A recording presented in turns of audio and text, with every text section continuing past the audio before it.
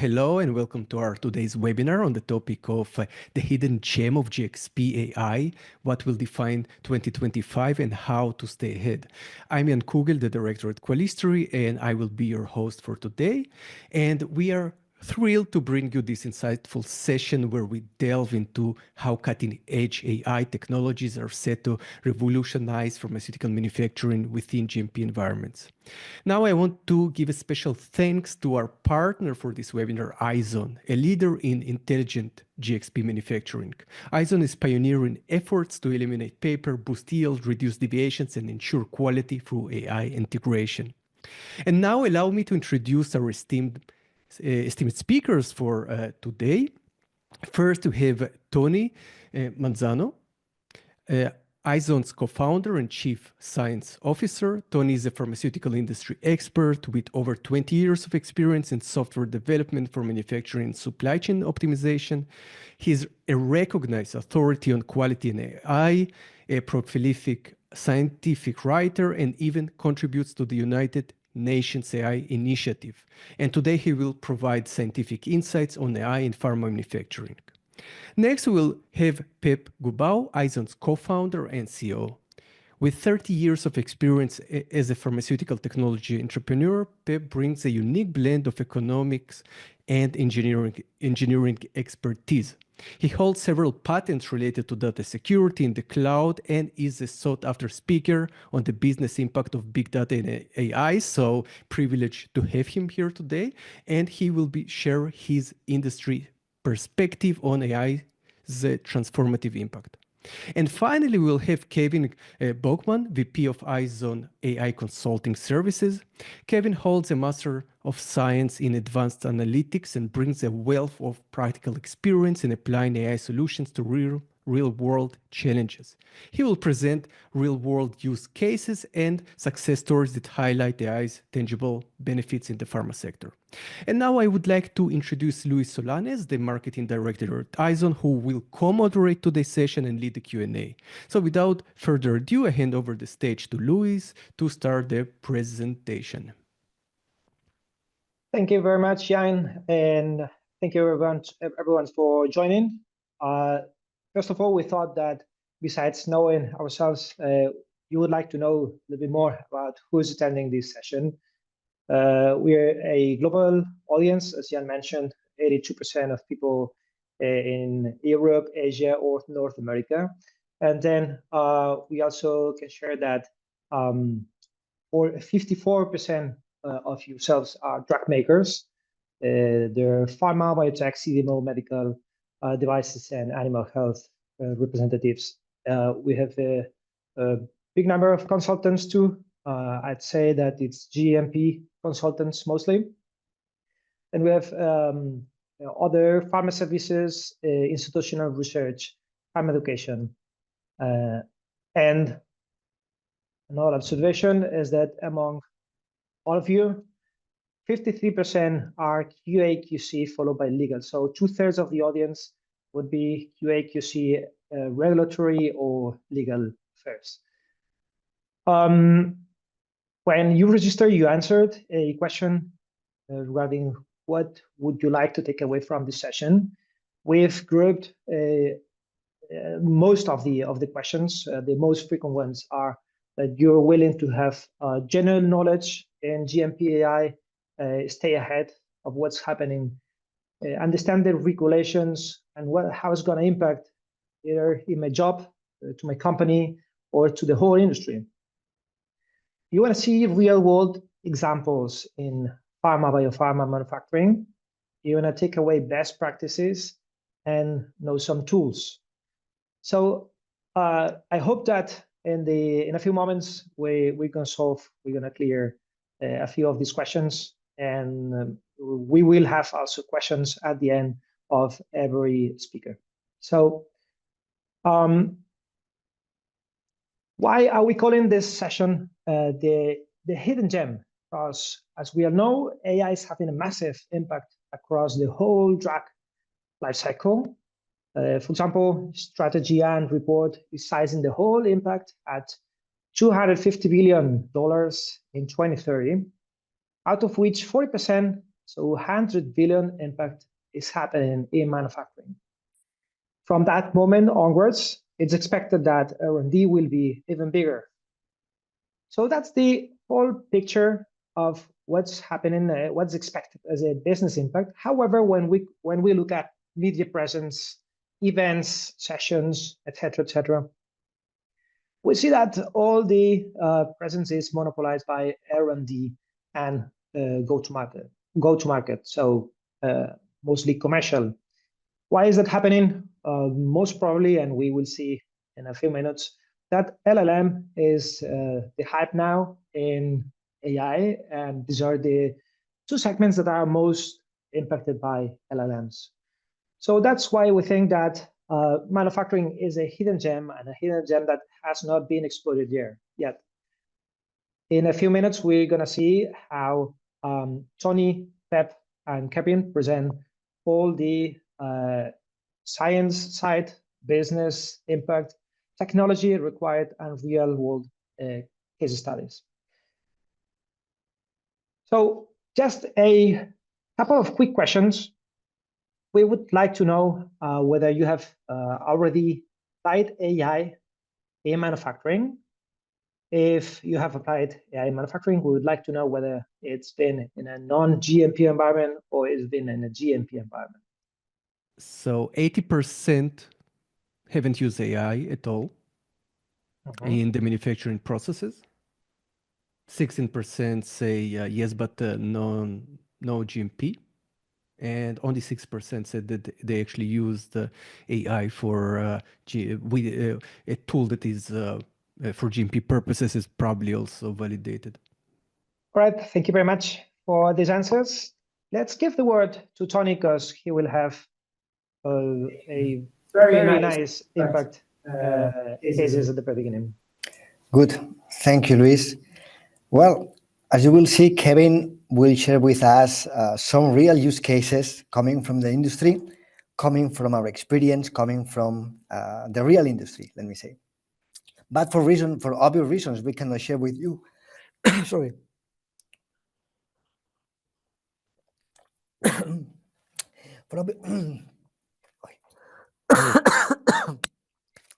It's the excitement.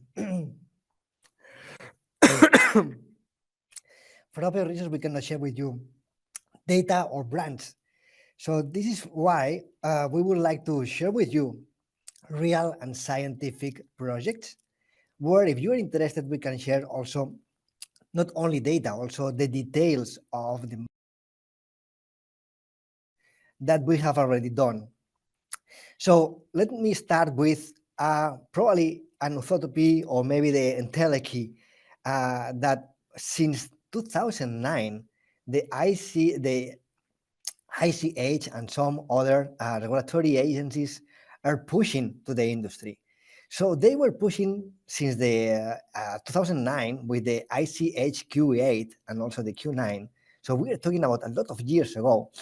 They wanted that manufacturing industry, they acquire knowledge from the real processes through multivariate approach.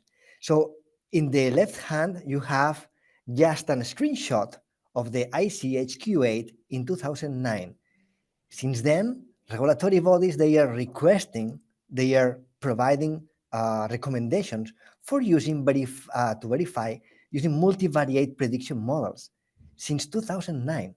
So this is what you can achieve using GxP AI, multivariate prediction models in order to implement PAT, process analytical technology. Of course, that requires knowledge of our processes. So let me start with this real project that if you are interested, there are plenty of documentations in the web.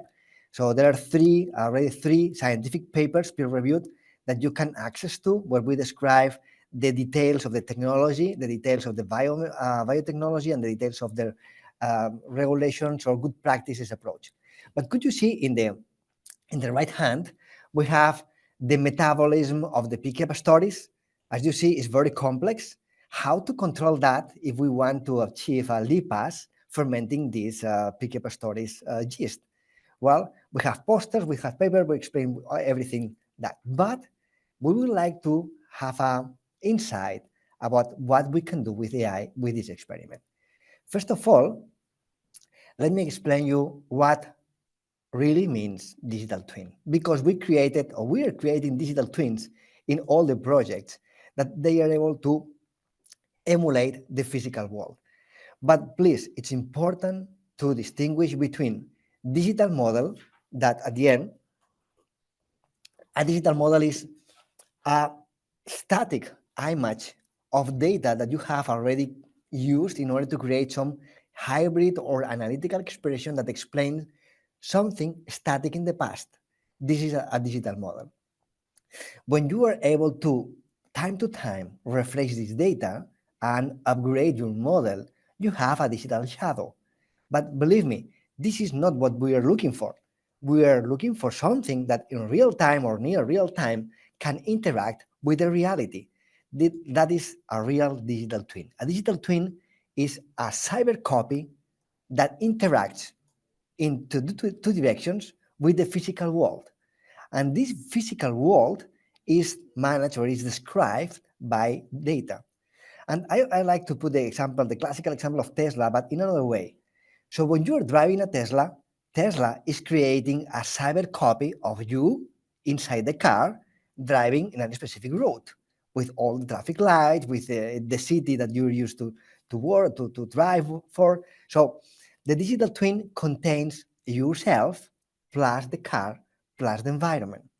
But this is not only a digital twin. This is just a shadow.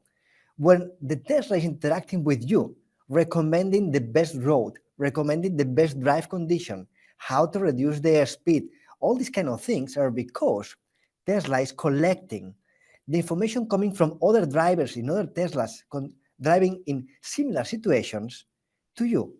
This is what a digital twin really is. So it's concentrating information coming from similar equipment, systems, operations, processes, considering the complexity behind the system and coming back to the physical world in order to interact with them and in order to predict and recommend what is the best way to do what we do. Believe me, when you are working with some called digital twin, you have to make these questions. This is a real digital twin, or I'm working with a digital model or a digital shadow? In Aizon, we're working with that, with these near real-time recommendations, understanding the complexity behind the processes. And digital twins could be done from any kind of thing that is digital. For this reason, we have this first name. No, you can make digital twins of components, for example, sensors. You can have a digital twin of an asset, or you can have a digital twin of something more complex, like a system, like an operation unit. Could be a bioreactor. A bioreactor is a very good example. With a bioreactor, you have the material that we have inside. This specific bioreactor that can be applicable to other similar bioreactors.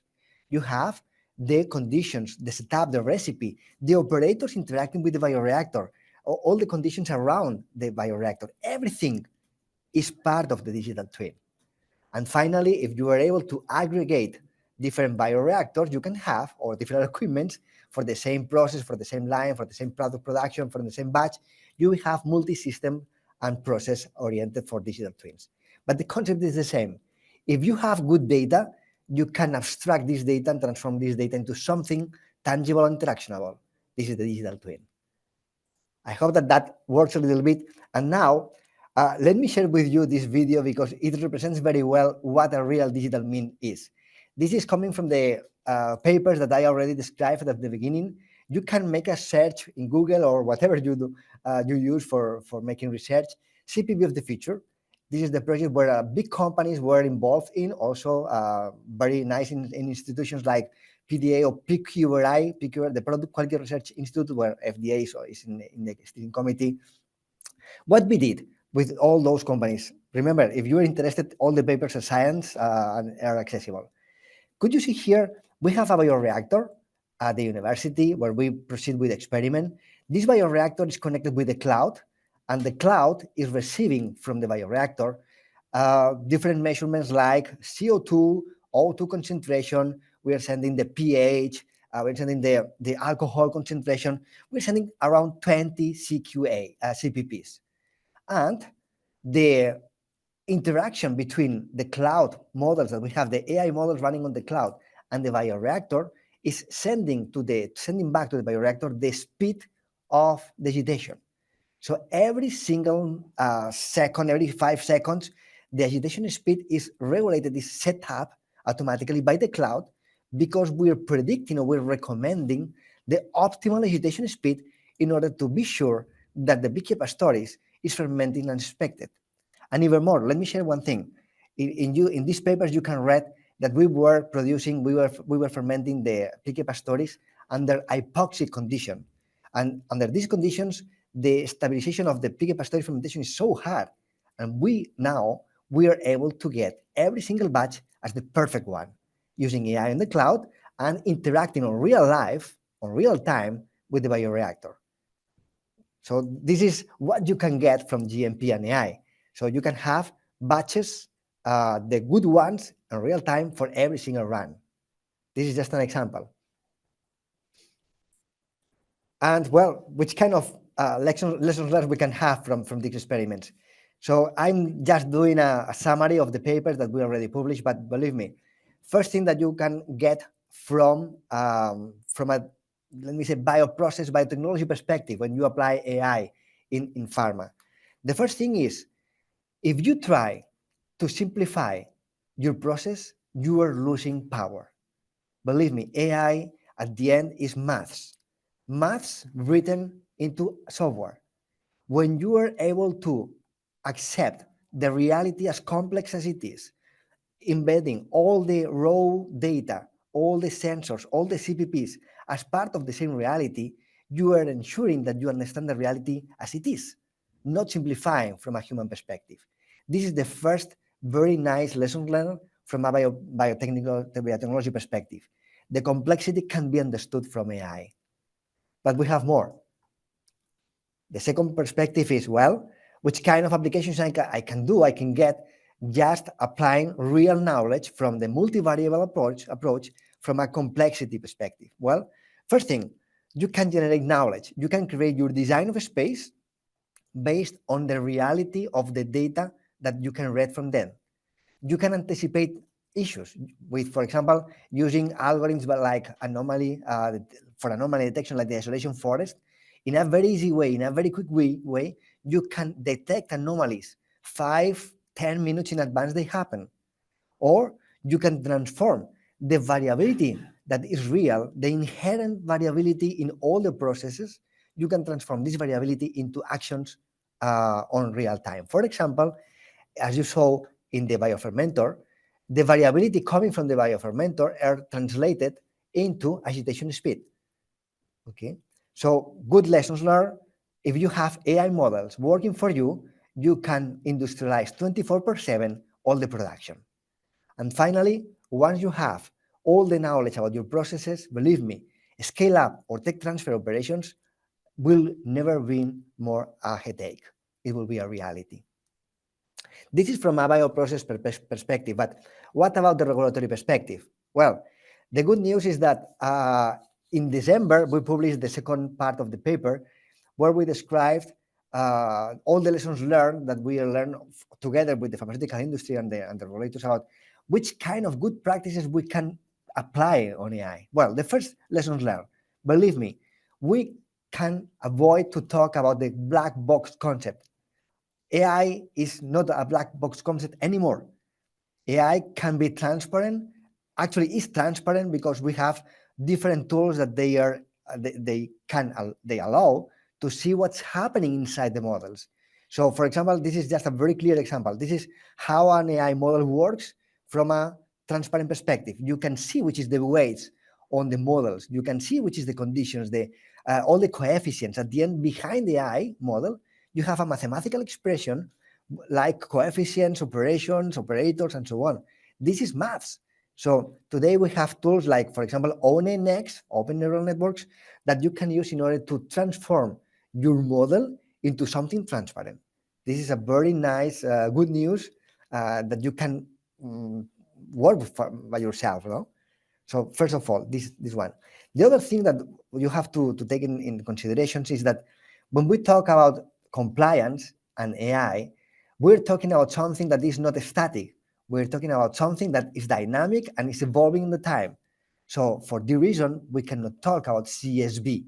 We cannot talk about the classical approach in order to validate or to qualify something that yesterday was static. Today, it's better to talk about CSA, to the computer software assurance, where risk analysis, where risk assessment is the main driver to manage this kind of validations. And finally, let me share with you this other hidden gem. So Luis was talking about the gem behind manufacturing and AI. Let me share with you this table. It's a cheat sheet that you can use for yourself. We are using that internally and it works very well. So this is the cheat sheet about how to validate AI and how to do it. Well, let us consider this hypothesis. Let's work with the hypothesis that AI is software at the end, and let's work with AI as we work for software. So we have artifacts like user requirement, function specification, design specification. This is in the left hand. And of course, in order to validate that, you will need to apply IQs, OQs, and PQs, of course. And here you have the different key elements involved in AI. Data is a must. Data needs to be good enough in order to rely on the data. Everything else is not as important as the data because everything will be built on top of the data. Data, you have here which kind of considerations you have to take based on user requirements. For example, if you are working with the user requirements, in the user requirements, you have to describe very well which is the data sources and all the traceability and pedigree of the data that you are using as part of the user requirements or software requirements. And in that way, you can go cell by cell. I don't have time, but you have everything already written about which kind of considerations. But let me just highlight the last row. It's very important. It's very important, believe me, that if you want to validate AI, you include this risk assessment along all the full process. Only when you apply a human risk assessment on the process, you will be able to create the rationale in order to validate consistently what you are doing. So at the end, humans, we are always needed in order to check that what we are getting from AI and how AI is evolving, when AI is changing, when we need to upgrade our models, we need to put all these kind of measurements on place. This is why we need this risk assessment and this very well CSA oriented. This is our hidden gem that we would like to share with you as the cheat sheet that you can put in your wall. Okay. So from a technology perspective, I know that Pep will go deeply on that, but let me share with you that at the end, today we are living a very exciting moment in the human race. Today, there are plenty of technologies converging at the same time. We're talking about Internet of Things in order to capture the data. We're talking about cloud technologies in order to scale up any kind of power computing. We're talking about AI as the maximum system that we have in order to automatize cognitive human capabilities. Well, the thing is that all these capabilities, all these technologies are today, they are a reality because we have democratized these technologies. Cloud technologies are precisely the mechanism that we have in place in order to do that in a real way. Well, if we look at the reality and we make a question, internal question, how we are or where we are in the pharmaceutical industry, we are measuring in collaboration with PDA, we are measuring which kind of hurdles or challenges or barriers we're identifying in the pharmaceutical industry. Could you hear the two more bold challenges that we have in digital adoption? One is budget, but the other one is concerns about security and compliance. Well, maybe budget could be a concern, I can accept, but we cannot accept anymore that compliance or regulations are a barrier. Why? Because regulations are ready to work with us. So if you look at the bibliography, to the reference, we have plenty of evidence about why FDA needs that the industry needs to be modernized. And could you see here we have a guidance, a very recent guidance coming from FDA. We have guidance coming from the EMA about how to use AI in drug manufacturing. So it's not forbidden, believe me. So the first time that we have a real evidence of regulators describing that AI is a very good tool to understand processes was in 2017 with the Pharmacopoeia European with 2 AI algorithms. So it's nothing forbidden. In the contrary case, they are pushing to the industry to use AI in order to have more knowledge about our processes. This is the reality. So it's not a barrier. And this is another example. And we're really proud to share with you that, provided you're aware, January 2025, this month, we have 2 new guidance coming from FDA. One is how to use AI in drug and biological products.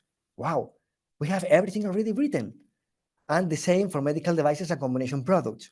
So that means a lot. It's the first time, believe me, it's the first time that the regulators are moving ahead of the industry. So they are proposing, they are pushing, they're inviting to the industry to modernize our processes in order to get more knowledge with only one target, only one goal: patients. We need to produce more safe and quality drugs. Well, starting with this news, I think that is so clear. This is the year for GMP and AI. So there is not any other way to start better than that, no? We have 2 guidance coming from January, coming from the FDA in order to how use AI in GMP. But even more, it's not only the regulations that they are pushing. Also, it's the momentum because, it's in our lives. So AI today is a commodity. We cannot live without AI. This is the reason. And the other reason is that, we are experimenting a converging situation where a lot of technologies are democratizing the access to AI. Everyone is using AI, our kids, everyone is using AI. So this is the moment, this is the year, and we don't have any excuse to use AI in order to have more knowledge about our process, in order to interact with our processes, in order to be sure that every single run is the perfect one.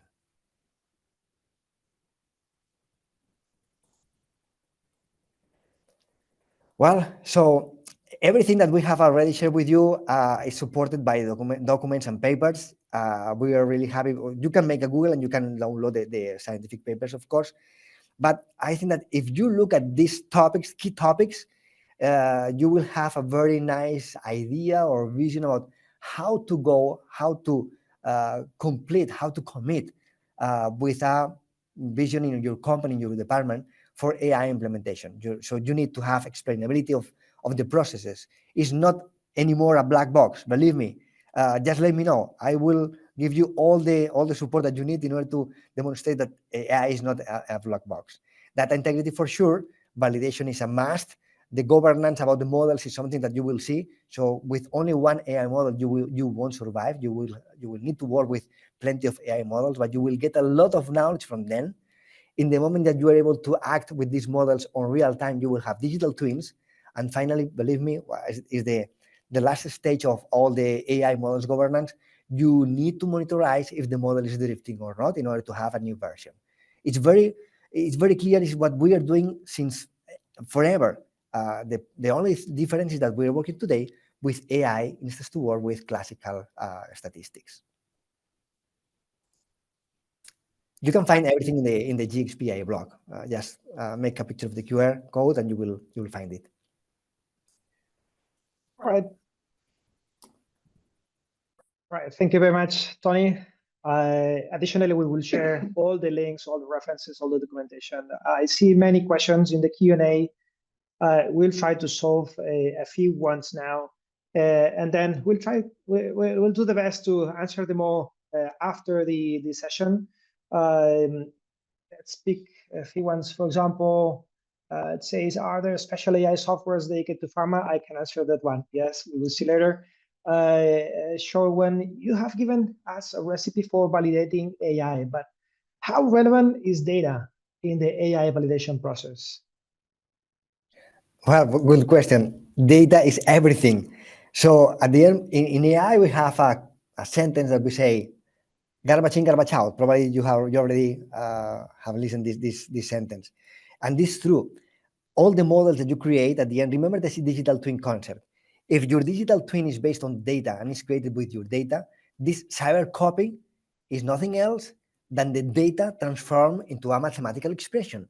If your data is not good, the model cannot replicate the reality that you want to emulate. So data is everything. So please, if you want to validate your AI models, remember, starting with data, not trying to start with the model itself. Start with data. Thank you, Toni.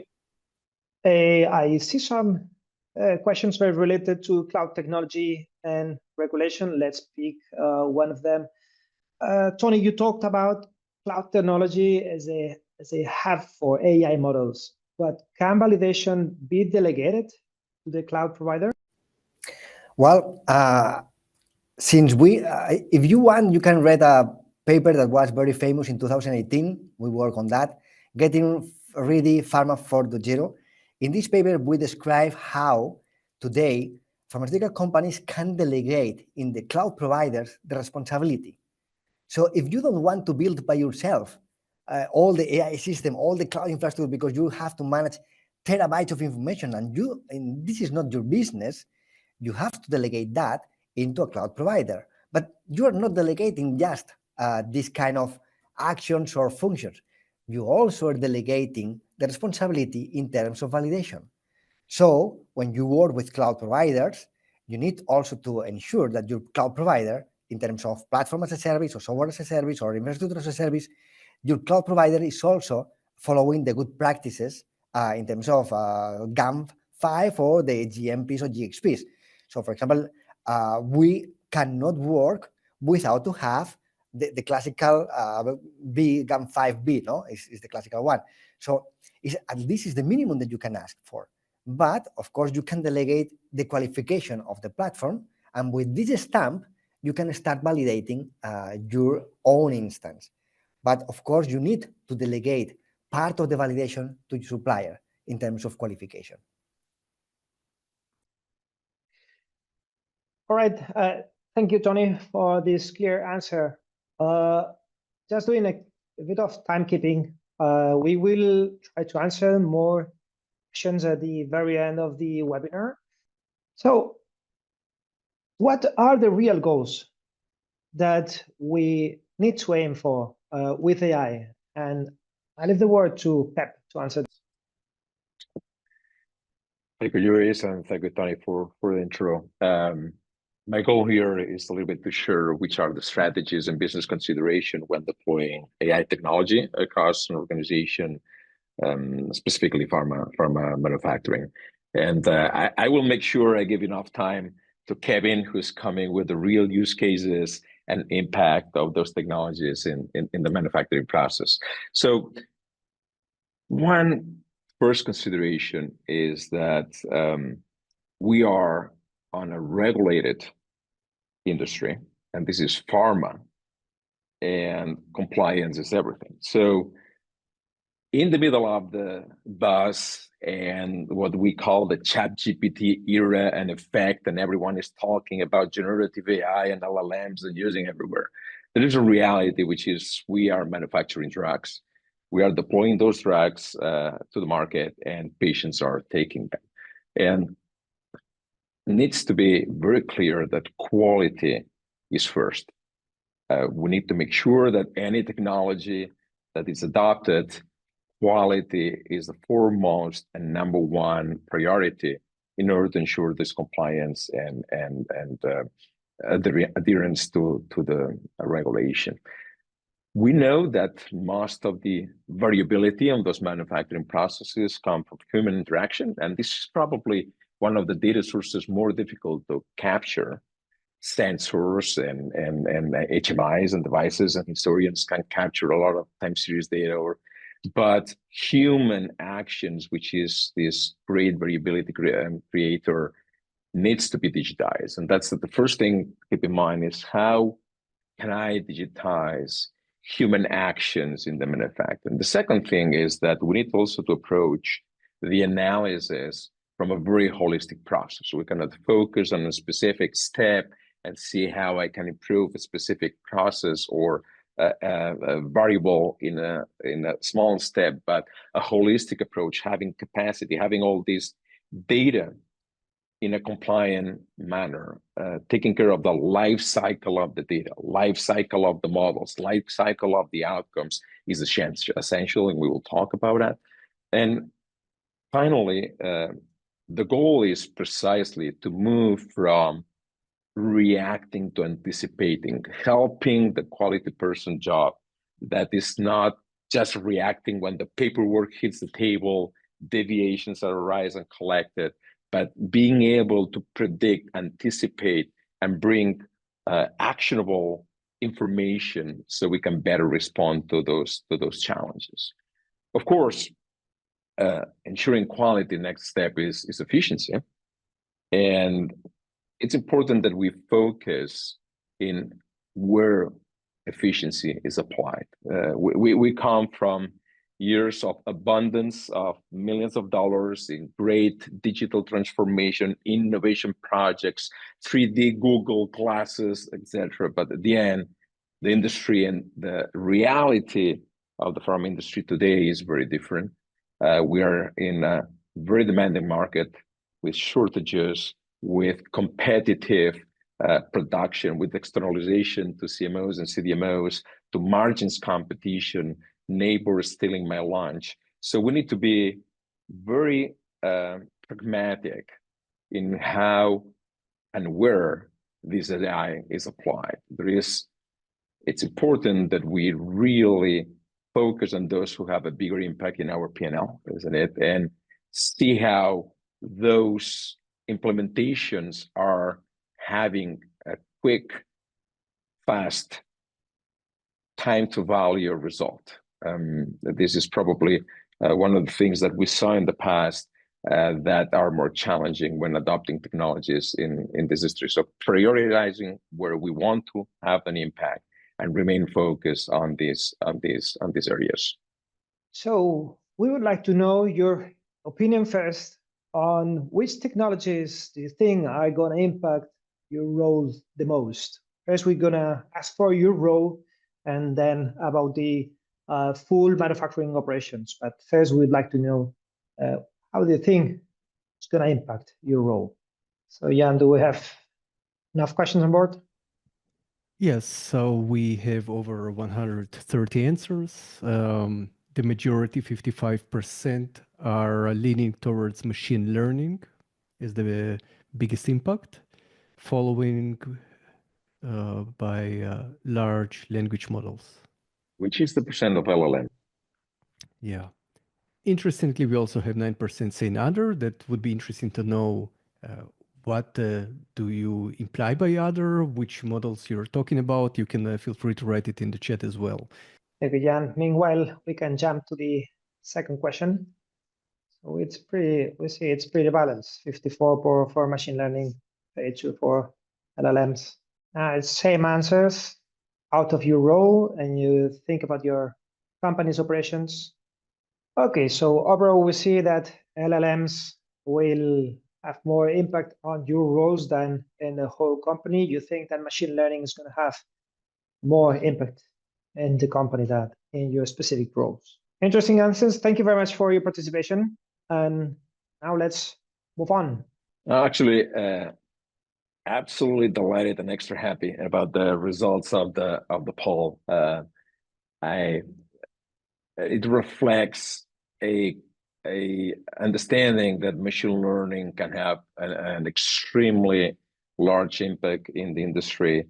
And sometimes when new technologies come out and there is the buzzword and the fancy name and all the reports from advantages of these new technologies sometimes can really lose focus on where the impact may be. So I think the answer were very, very well aligned that machine learning will have a very big impact in the operations. If we think about which is the impact from a amount of value perspective, COGS and inventory, adapt and are a big part of it. Of course, CMOs and CDMOs are more, their life is about manufacturing, and the business is about margins in the manufacturing, and having these technologies will have a very large impact.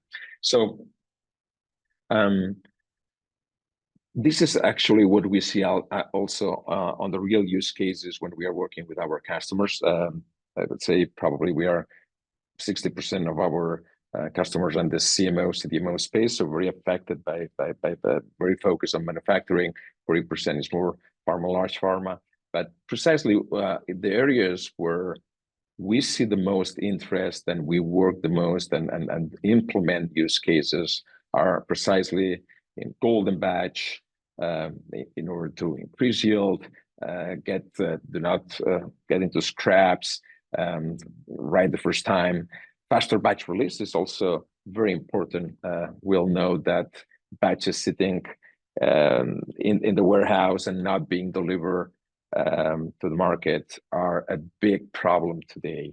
And we were talking before about being proactive or anticipating versus reacting. And here is where faster batch release can have really big thing, but especially in organizations like CMO and CDMOs, we're talking about 3%. And then deeper root cause investigations is also better understanding what's affecting my manufacturing process and being able to improve those processes. At the beginning, you shared that of the overall impact of AI in the industry, of those 250 billion, 100 billion would be affecting the operations. And here is where I want to emphasize to be aware of the AI washing, isn't it? That this generative AI frenzy, and it's definitely a very important technology that can be absolutely helpful. And actually, the polls actually reflected the realities in our daily life. Leveraging those generative AI LLMs is extra helpful. Summarizing documents, extracting information, building text or emails or reports is extremely useful. But when we think about the impact in our P&L and thinking in impact in our operations, we see that the expected impact of generative AI is around 5% of this $100 billion. Right? So be very aware and focused on which are the technologies. And the second thing is how this technology or those technologies are deployed across the organizations. I was saying before that we saw in the past those mega projects that try to solve every single thing and need to cover every single aspect of the business. And usually they take years, if not decades, to be deployed if they are successful. And by the time they are deployed, they are becoming even obsolete. So the keep it simple, to the fast, quick time to value is critical. And this is what we believe the industry is also seeing and experimenting, that they cannot anymore approach the adoption of technology with these mega projects that bring value after years, meanwhile nothing. And I like the sentence about how do you beat an elephant? Well, one bite at a time. And this is, I believe, how you eat the elephant of AI or the adoption of a big technology across an organization is with very targeted, reduced time to value actions that affect and solve pragmatic problems or improvements or issues that they want, where I want to have an impact. This is what we're seeing also in our customers. This is what we are seeing, how the technology is evolving. And the reality is that the manufacturing, the pharma manufacturing reality has changed enormously in the last 5, 10, 15, 20 years with externalization to CMOs and CDMOs, the necessity of flexible manufacturing, multiple sponsors, multiple formats, quick changeover, small batches, competitive efficiency, competing. I don't know, you go to Cork in 50 miles, you get every single one they're manufacturing, isn't it? So reality of manufacturing has changed to an extremely flexible and fast pacing. Technology has changed too. The technology is not anymore this on-prem softwares, provisioning of equipments, racks and data centers, and months of provisioning those systems and long multi-year deployments. Today, the technology is ready to be used in a flexible manner, in a lightweight manner. Cloud, IoT, all those technologies allow a very atomic deployment of solutions that are very quick to deploy, very quick to produce an outcome, affordable in the implementation, and very flexible. Important also, standards allow this interoperability with these tools. So make sure that your systems enable to leverage the AI in weeks and not years. Do not try to solve every single problem across the organization with the largest innovation program that ever the company has seen, working in the technology of the future, because the future isn't the future. It's not today, will not have an impact today. Make sure that first you have the data available and in a consumable manner, and then those atomic integrations of AI in different solutions, very targeted on quick value and big impact in the P&L, are the ones who will eventually be successful, justify, and actually increase the speed of adoption of the technology. Important, remember, it's not about, have a validated solution running. When technology is adopted in pharma, I usually say that as a company, a technology company, choose wisely your suppliers. When I define our company, I say, listen, we are not tech people doing pharma. We are pharma people doing tech. Knowledge, subject matter expert, understanding which processes you are solving is key. Quality management system, infrastructure, qualification, life cycle of data, life cycle of models, of solutions is important.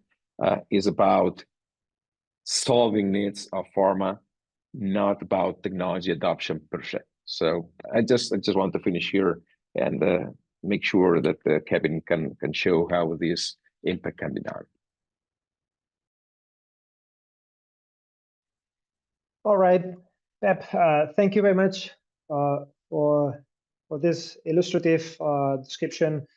We have many questions in the chat coming in.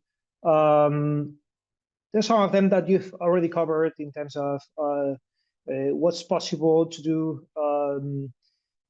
Here we have one from Carlos saying, how can you use AI for PQR reports and for RCA, root cause analysis?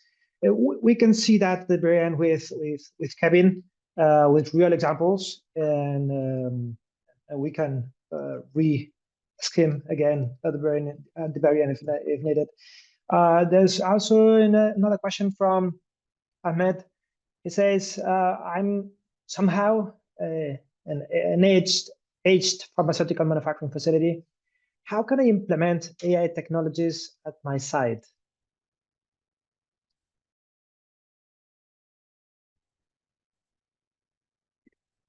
Understanding at the individual level, I guess.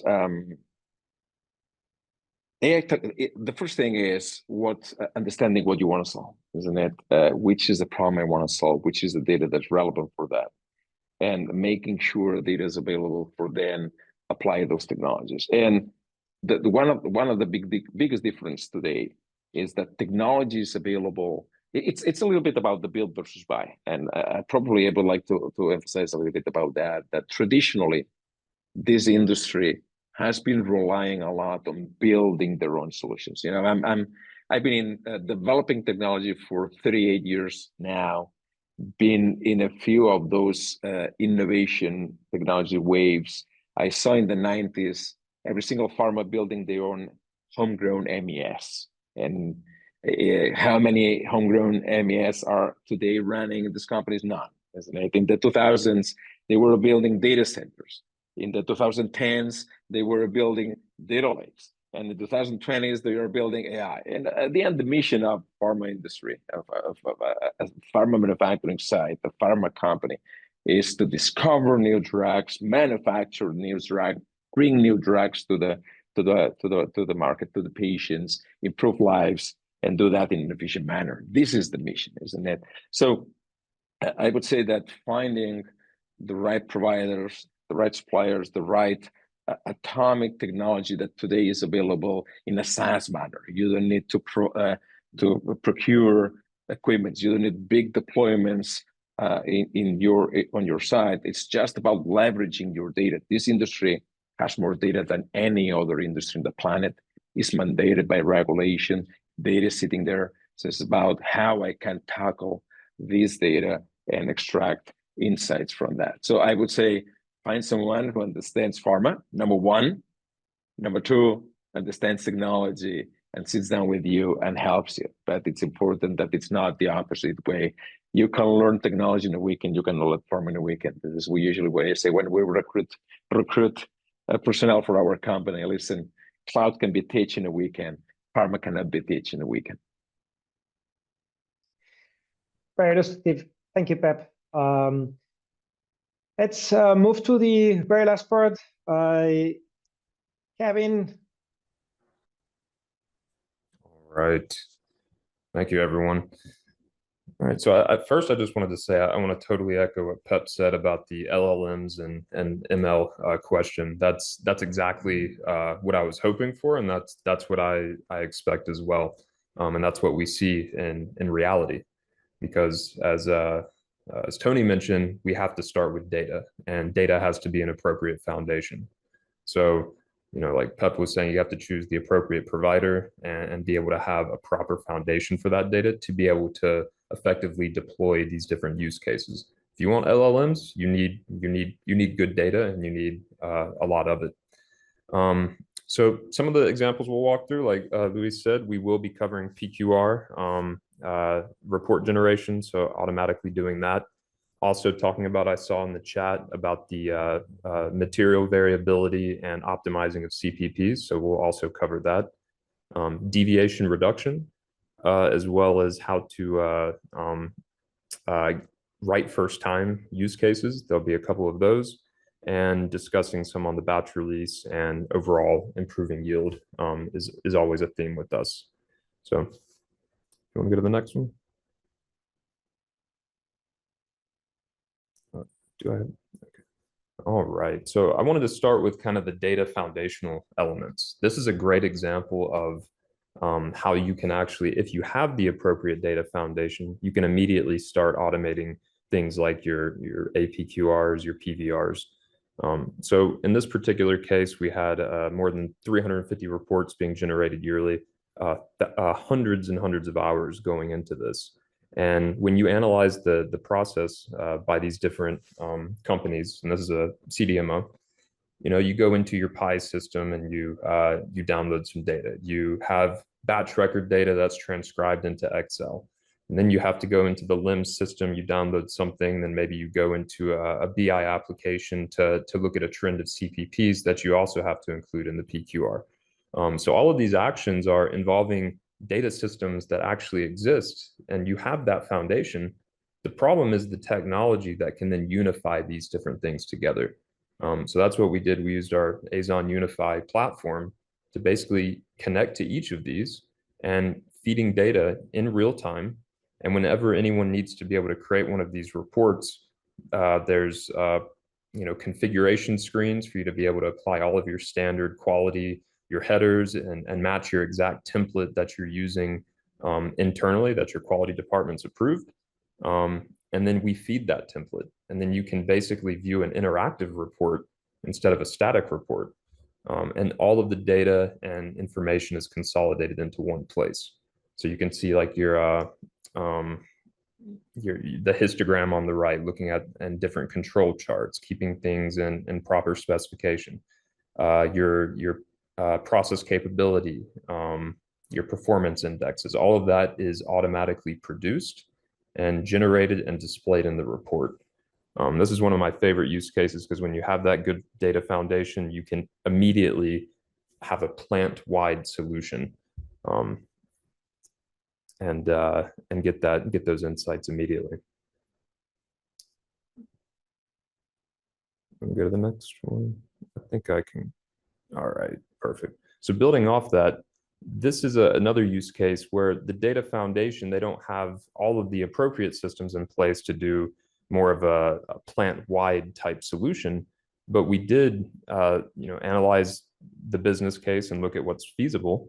And in this case, we do have a solution was put in place to capture the batch context. And then we have all of the different CPPs and real-time sensor data. So we wanted to reduce OOS and be able to actually enable process engineers to query retrospectively how is the data, how is each batch performing relative to a golden batch. So if you see on the right side there, we're using AI to generate kind of the ideal golden profile. And this is not only looking at a singular profile, but as Toni mentioned, we have other out-of-the-box kind of algorithms like isolation forest and principal component analysis, where you can create these multivariate algorithms and look in a multivariate space at how your golden batch is performing. And you can see in that top right example, the green lines there following that shadow, that golden batch in the background. So the process engineer can go in and select different CPPs, CQAs, filter to any type of batch that they want, low yielding batches versus high yielding, and then plot those against the golden profile, and also understand what are the inputs associated with that profile. And then you can compare the differences in those inputs to start doing your root cause analysis and understanding what is truly causing these out of spec or deviations from my golden batch. And this is now this type of solution. We tend to, the way we would implement this with customers, we would do for one product initially. And so we built this for one product, this application with the CDMO. And then it was so effective that we created a robust framework so that we could immediately apply this to their 3 next highest value products. And so now they're still using this today. It's been in production for a few years, and we've documented many different process insights that their process engineers have discovered using the technology.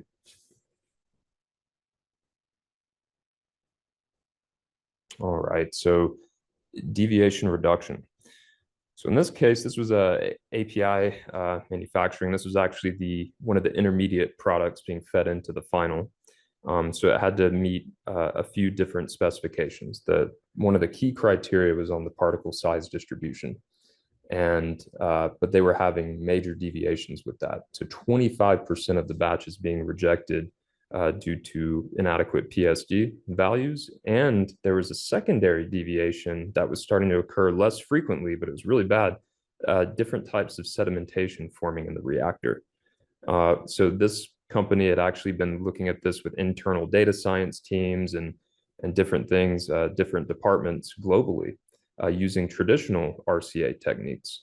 And a lot of these traditional techniques are looking at isolated data sources. So they're looking at, let me just focus on the CPPs in this process, or let's just look at the step before. And they had limited access to the data. So the first step that we typically do in a project like this would be to look at the data holistically. So we got data we had batch record information, QC data, storage conditions, all of the different production CPPs. And with that data, we do a holistic analysis, applying AI across the spectrum. And we were able to implement AI models that actually were able to get these deviations down. And now we had a 90% success rate. And I believe Toni mentioned one with the agitation speed. This was one of those that we found agitation speed and the temperature and the heat up time to be very significant here. But also talking about controlling for the variability, they had multiple suppliers feeding in the inputs to the process. And what we found was major discrepancies in the quality between these suppliers. And there was a correlation with the storage times as well. So in this case, AI, not only you had to control for the variability and the quality initially, then the degradation of the material over time, and then also account for that in process as these CPPs are being produced and provide the right recommendations. So this is where the technology is key to be able to have a holistic system and be able to apply AI at multiple points in your process, and then leverage the AI for your root cause analysis investigation. All right, and this is one of my favorite examples here. This is one of our most successful use cases, where for biologics, where we have significant variability in the raw material. And it actually, just the raw material alone, when we developed AI ML models on that, we look at the variability, and it explains approximately 55% of the variability in your final production yield. So with that being said, it's how do you handle that? Because you have a standard recipe that's saying for all types of batches, you're doing this kind of buffer configuration, this amount of hold time, this amount of temperature at a particular point in the process. So what we did is once again, we looked at it holistically, controlled for the bias of the raw material. And we used an AI techniques to cluster these different characteristics that were available to us. And then within those clusters, you can then optimize the CPPs. And you can still, just like the CPP of the future that Toni was talking about, you can use AI to continue to provide recommendations as long as it's within the appropriate approved specifications. So in this case, maybe for the raw material cluster A, you may want to have certain types of operating conditions, and then another cluster, you may want to have another set of operating conditions. But this was also that's one of the use cases here where we were able to find control for that variability and increase yield. But another one is simply understanding, leveraging AI across sites. So understanding, given these current conditions at one site in Europe, do I want to still purify my batch there? Or do I want to look at this globally and then say, where is the optimal location to purify using a different purification technique to get the highest yield? So we're also using AI to increase yields by optimizing even the purification methodologies as well.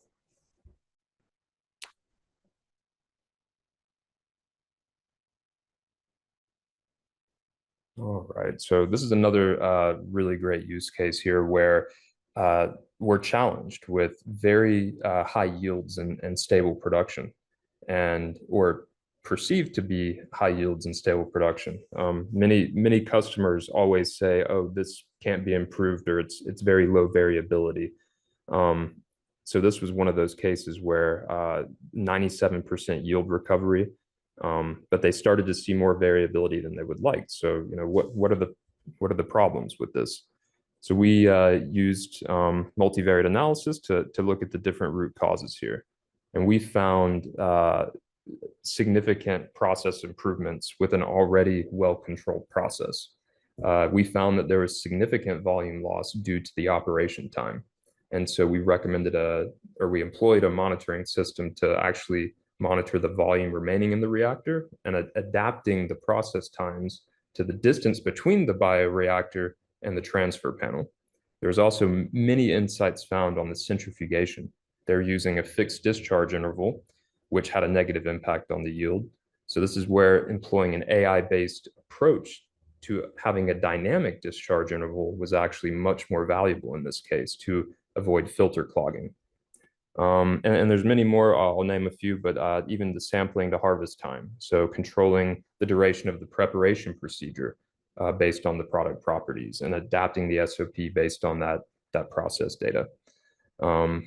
And also with the clarifying filters. So we found that there was just the pressure and turbidity can lead to downtime. So I believe I saw someone mention how to prevent downtimes or breakages, but you can certainly use AI for those purposes as well. Also using AI in this case, we found a potentially faulty sensor, because when you're looking at the same product and it has to go through, if you have the option to go through 1 through 12 different tanks, well, often you're going to need to recalibrate something.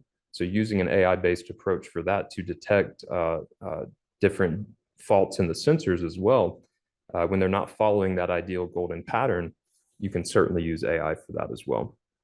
And ultimately, all of these different process insights were leading to another 1.5%. So getting that recovery up to 98.5%. And that led to very significant savings. And that same methodology, and this is a very large pharma, they know they can then apply that to other areas as well.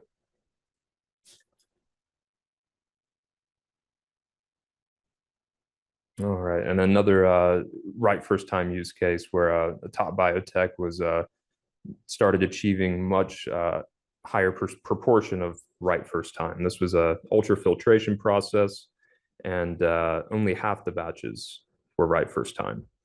And data sources were spread once again, LIMS, Delta V, Oracle, in different locations.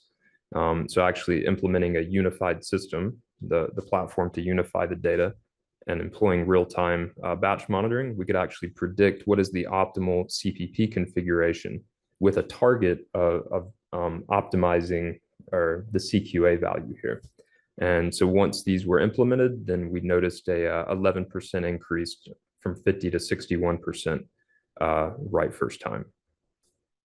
So that was our second. Then I believe there's, let me go to the next one. And then another right first time use case. And I wanted to link it back to what Toni was saying on the digital twin aspect, because this is really where many customers are not ready for the CPV of the future yet that Toni was talking about, because they don't have the proper data foundation, and you don't have the right infrastructure and data to support this. In this case, we're very fortunate that the only data we needed was actually some of the initial testing data and the in-process data, the CPPs. And so here what we were looking at is there was about a 70% right first time. And there was an expert technician that had been on the process for, I think it was about 2 decades. And he had to have, pour a certain amount of substance into the reactor, and the recipe stated between 4,500 and 5,000 liters. Well, that's a pretty good range. That's subject for optimization. So what we did is we looked at the process holistically, and we found what were the points during that particular step and at the prior steps that we could effectively implement in an AI model to try to provide you with the optimal amount of substance to add and increasing the right first time. So it was a very interesting optimization problem. In the end, this was an AI ML approach where this is where I truly believe this is where the machine learning model provides significant value. About 1 hour into this particular operation and using data from the prior 2 batches, we were able to get that right first time up to 90%. And this is where the control strategy from the customer to the platform and the cloud, using that as the AI engine to transform the data, contextualize the data, and then feed that into what Toni was talking about with that open neural network exchange, using that mapping, feeding those inputs into the ONNX model to produce the ideal prediction. But once that prediction is produced, it's displayed in the software, but also we send that directly back to the operator's screen, as to not be disruptive to their process. And you can see there it's recommended to be 4850 liters in the top right. And then we're also, there's many other solutions that we implemented here, and you can see kind of more of a process stability module in the bottom right there as well, so that they can actually track this in a more statistically sound way. I really like this use case because it gets as close as we can to a more practical digital twin, and showing the reality of the data and the systems of our customers is that many people aren't prepared to be able to launch straight into AI. It's about building your appropriate foundation first.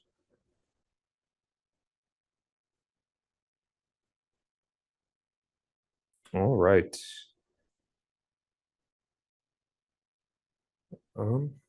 Any questions here?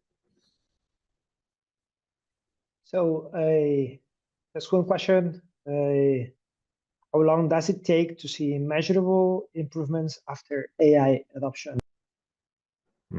Great question. It depends on the use case, but sometimes instantaneously.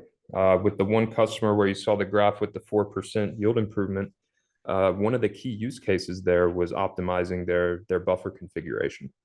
When we found that it was so significant to increase the buffer amount at the second buffer step, they were putting most of the buffer in the first of the three, but we found an ideal configuration.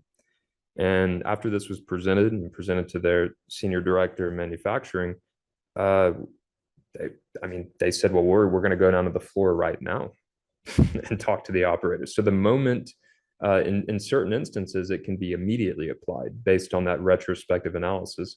In other cases, like that right first time example, you have to actually ingest the data. You have to understand the process and then be able to work with the IT provider and be able to send that data back.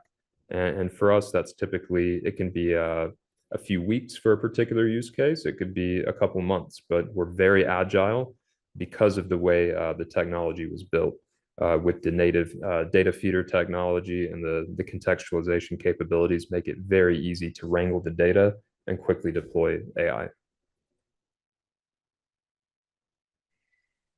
Thank you, Kevin. Yet another question.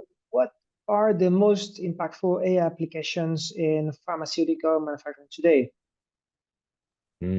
I think the most impact is when you want to process optimization, meaning really yield improvement and reducing deviations. I think are two really big ones that we see our biggest revenue increase for, the biggest savings for our customers. I mean, we're in the in very significant amounts here. And what we found is it's about the journey, though. You can't just jump to AI and get those savings. I keep going back to the foundation, but it's got to be, eating the elephant one bite at a time. But it's first having the proper inputs for the AI to be able to actually get to that yield improvement. For the answer, Kevin. We have a few more questions, both for you and for Pep and Toni. However, I think that you have a few more slides to go, so I want to let you finish before. All right, let's do it.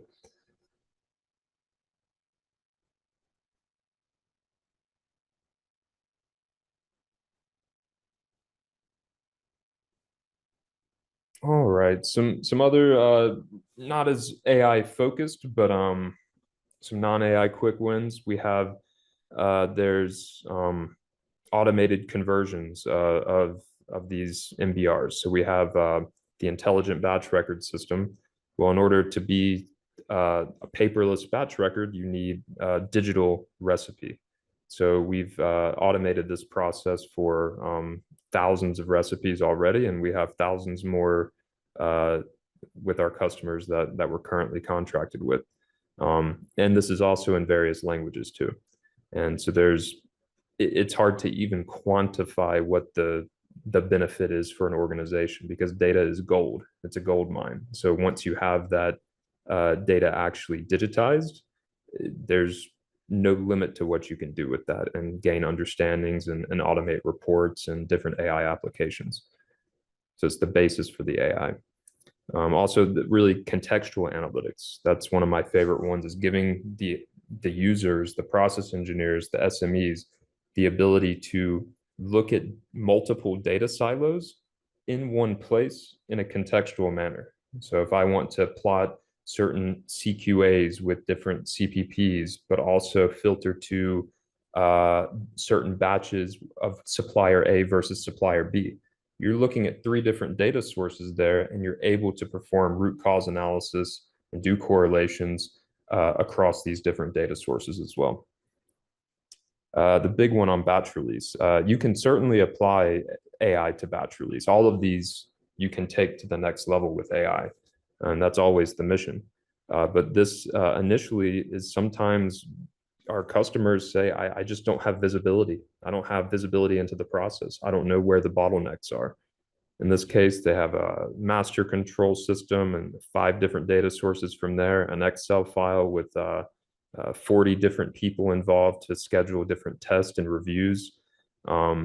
It's just the entire batch release process is incredibly cumbersome and a lot of emailing and different silos. So we have our application basically merges all these different data silos, and it's almost like a tracker. Where is the batch in the process? Okay, if it's delayed by more than 20 days, well, what is the delay? Where's the bottleneck? And being able to drill into all of that is key. But then once you collect that data and you have that context, the next step is then applying AI. And it's building those ML models to look at your historical delays and being able to say, how can I apply this in the future? So it's really setting the stage. And that's what we're doing now with this particular customer, is layering in the next level of AI ML.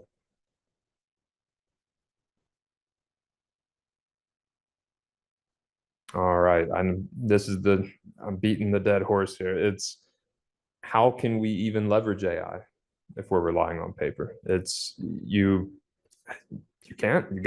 You can use AI to convert the paper, and that's what we do. So this is I love this image because this is in the Stone Ages where, I mean, you see you're using the latest and greatest technology for everything, and then we say, oh, but the batch record's paper.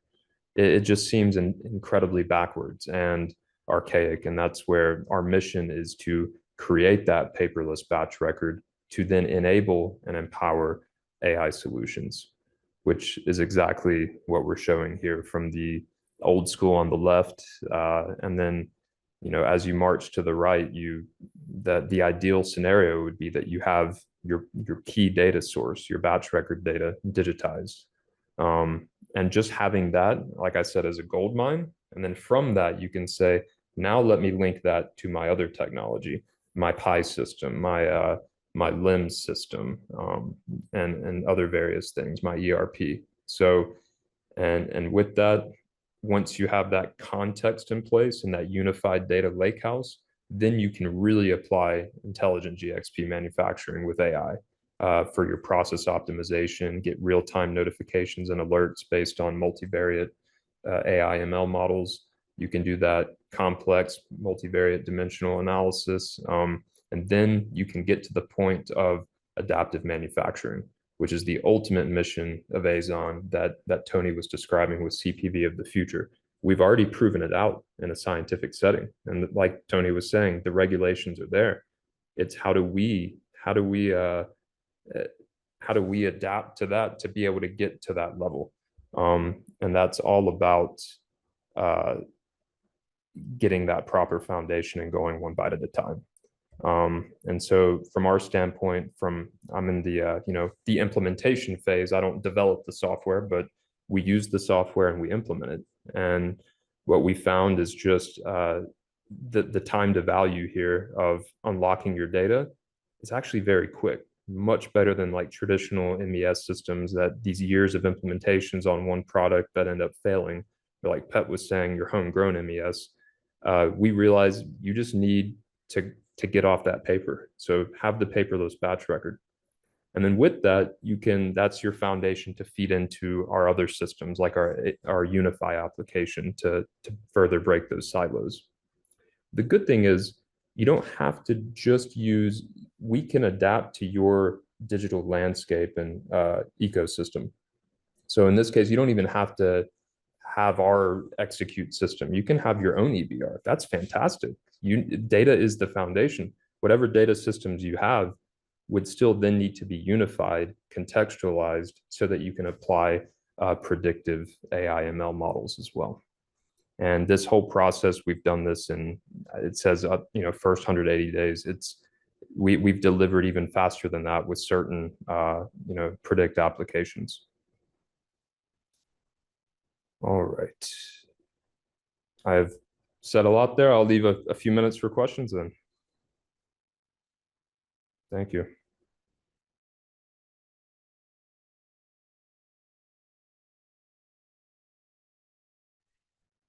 Thank you, Kevin.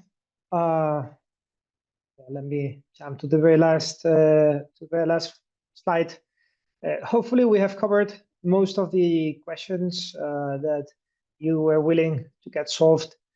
I see that Toni has been answering 34 questions while we were speaking, while we were presenting. So thanks, Toni, for cleaning that up. And we have a few more. We have 1 more minute. There's, for example, one question from David. Have you found any cases on very mature, well-understood APIs where value could still be extracted? Let's answer this one very quickly. Absolutely. Ben, do you want to jump in? Yeah, I can say just we've seen it in multiple cases. There was even a customer challenged us. They had a product in production for multiple decades, and they said it's the lowest variability product, and that's what they wanted to optimize. And we were able to, out of multiple decades, when they implemented the process changes that the AI system recommended, as we're monitoring the campaign, it was their best campaign in history. So just that alone, that one example already would answer the question, yes. Well, thank you very much, Kevin. Thank you to all the speakers, Pep, Toni, Kevin, thanks. To the Quality Story team, Jan, for organizing. It's been a pleasure. And thank you for all your questions and active participation. We will make the most to answer all the questions and share additional material at the very end.